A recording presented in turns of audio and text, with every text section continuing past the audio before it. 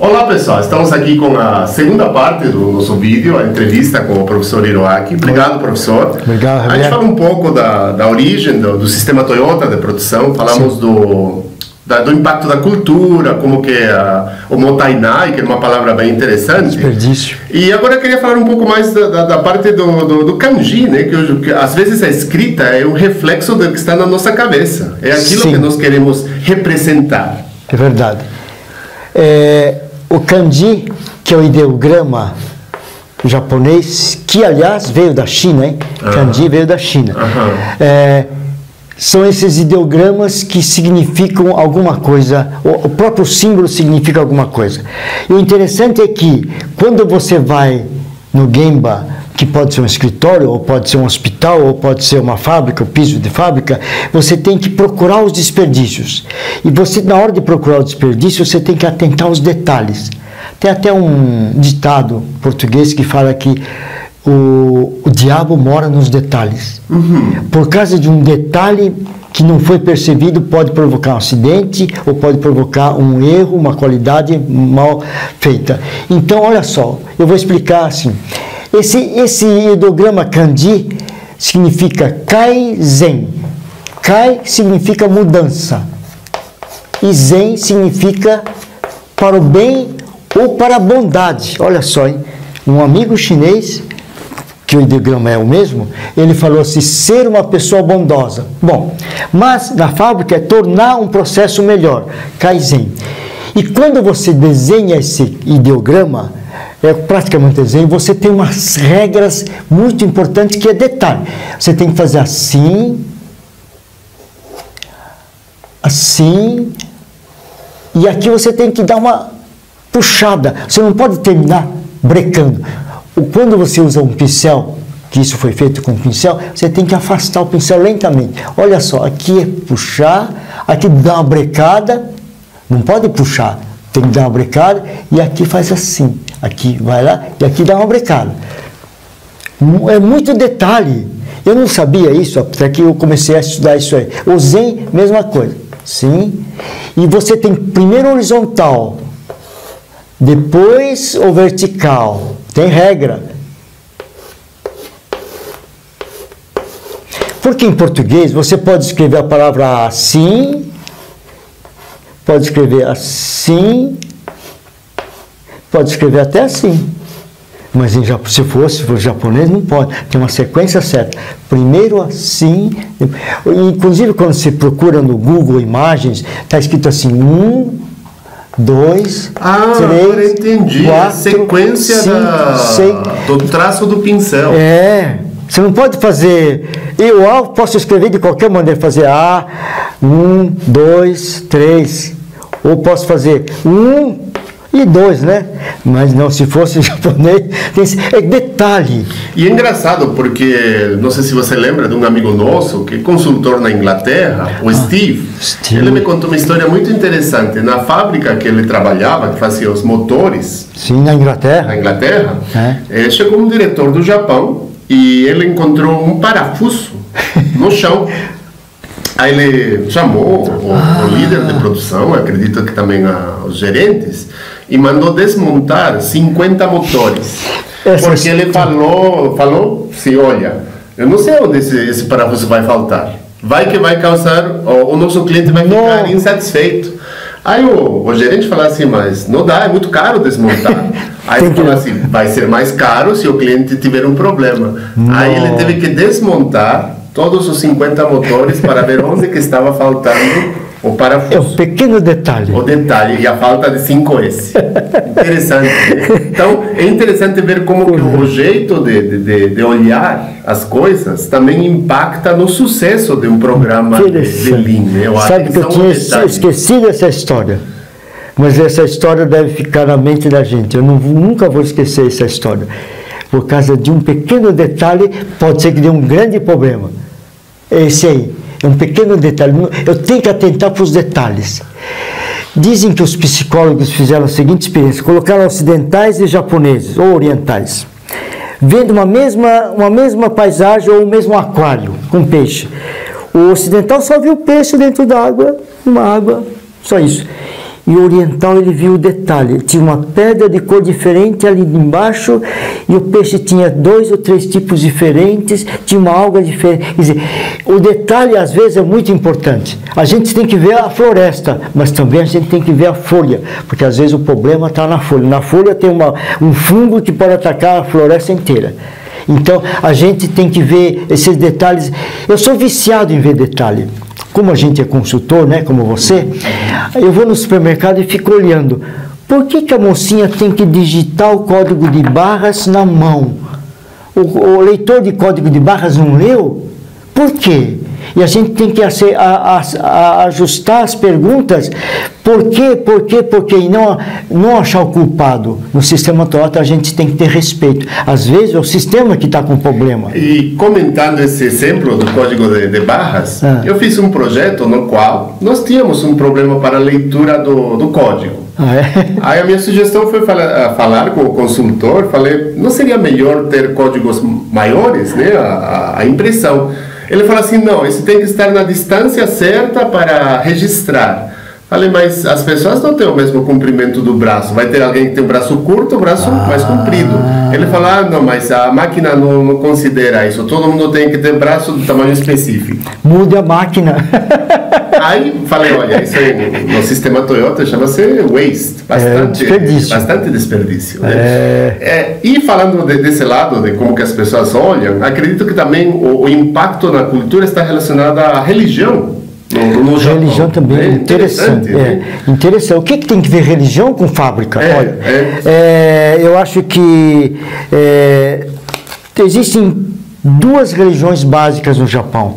O shintoísmo, que é a religião mais antiga, autóctone do Japão, e o budismo, que veio da China. Não veio da Índia, veio da China. E o budismo fala assim, tudo na vida é impermanente, não é tudo igual sempre. Às vezes no budismo fala assim que a vida é que nem as nuvens de outono, cada hora está diferente, tudo muda, tudo é impermanente.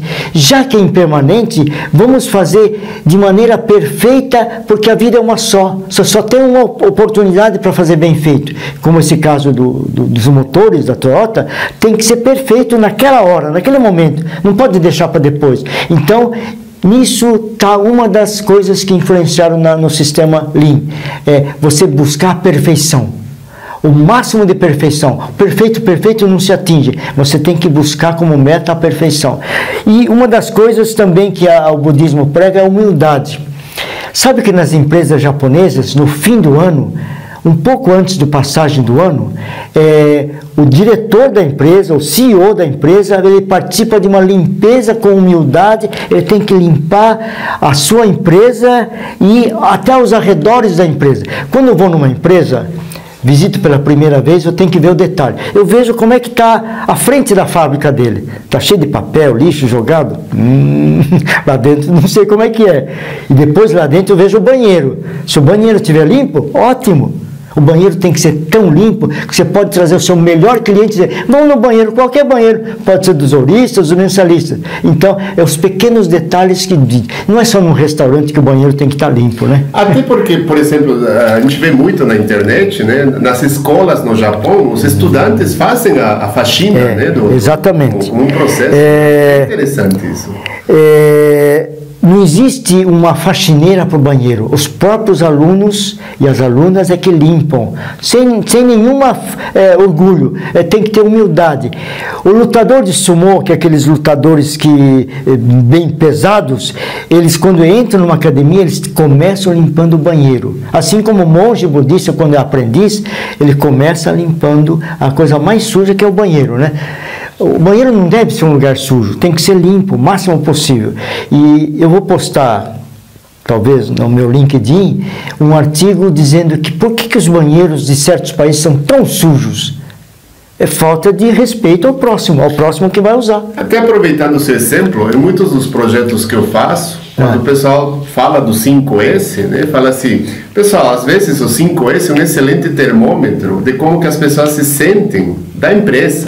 Porque se nós vamos no banheiro e tem pichação que fala detesto, odeio o gerente, não adianta nós colocarmos nenhum S. Tem que tratar a causa raiz, que necessariamente talvez não seja a bagunça, mas como que eles estão sendo tratados. Isso é verdade. E isso aí é verdade. você falou um pouco da cultura, da humildade.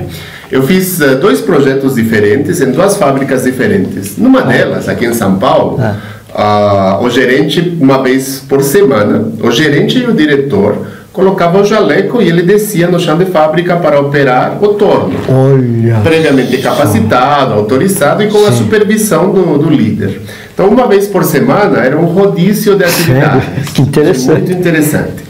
Por outro lado, fiz um outro projeto fora de São Paulo, onde o diretor ele entrava no galpão para ver a produção de carro blindado, que ele não gostava do cheiro da fábrica. Ele nem queria abaixar o vidro. E era uma coisa meio estranha de ter um carro blindado andando pelo chão de fábrica para ele falar que ele estava em contato com o Gemba, né? Olha só. Aliás, aproveitando já para finalizar um pouco dessa parte, a gente falou muito do impacto da cultura.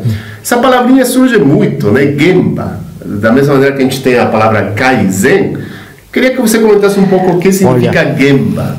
A palavra Gemba significa o local onde as coisas acontecem, onde ocorrem.